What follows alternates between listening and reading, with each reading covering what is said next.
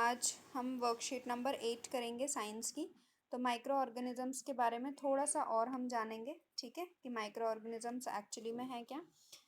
तो सबसे पहले इसमें क्या दिया है, Rani's brother had high fever last night, यानी कि पिछली रात को जो रानी का भाई है उसको बहुत तेज फीवर हो गया था। He was also suffering from stomach एक, पेट में भी दर्द था, एंड वोमिटिंग, उल्टियाँ भी लग रही थी।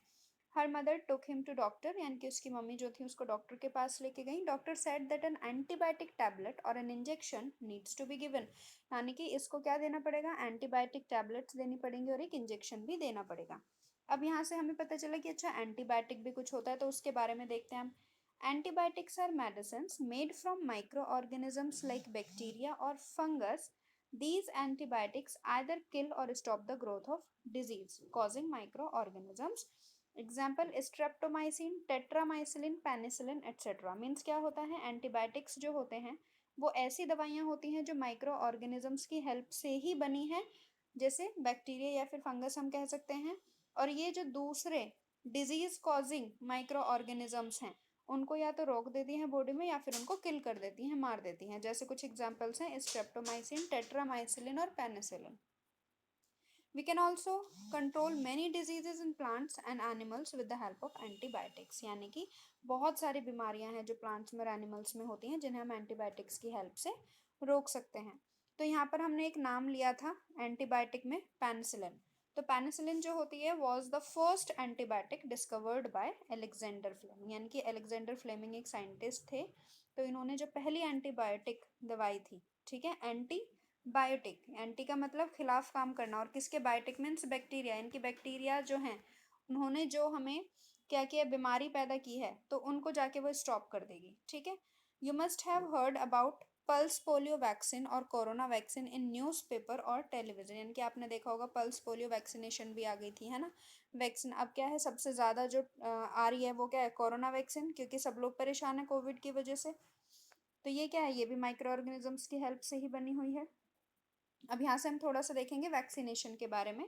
Vaccination is a process in which the dead or inactive microorganisms or their product similar to disease causing microorganisms are injected to introduce in our body. Means injection में actually क्या होता है, जैसे कोविड-19 की है तो इसमें क्या किया हुआ है, जब भी वैक्सीन बनाते हैं तो जिसकी वजह से वो बीमारी हो रही है या तो उसको मारकर इंजेक्शन में मिला, इंजेक्शन के फॉर्म में कन्वर्ट कर देते हैं, या फिर उसको बहुत ज़्यादा इनएक्टिव करके, बिल्कुल माइल्ड करके इंजेक्शन की फॉर्म में कन्वर्ट कर लेते हैं और फिर उसे हमारी बॉडी में छोड़ दिया जाता है ताकि वो ज़्यादा असर ना करे। अब उस बीमारी का जो वायरस है हमारी बॉडी में पहुंच गया इंजेक्शन के थ्रू।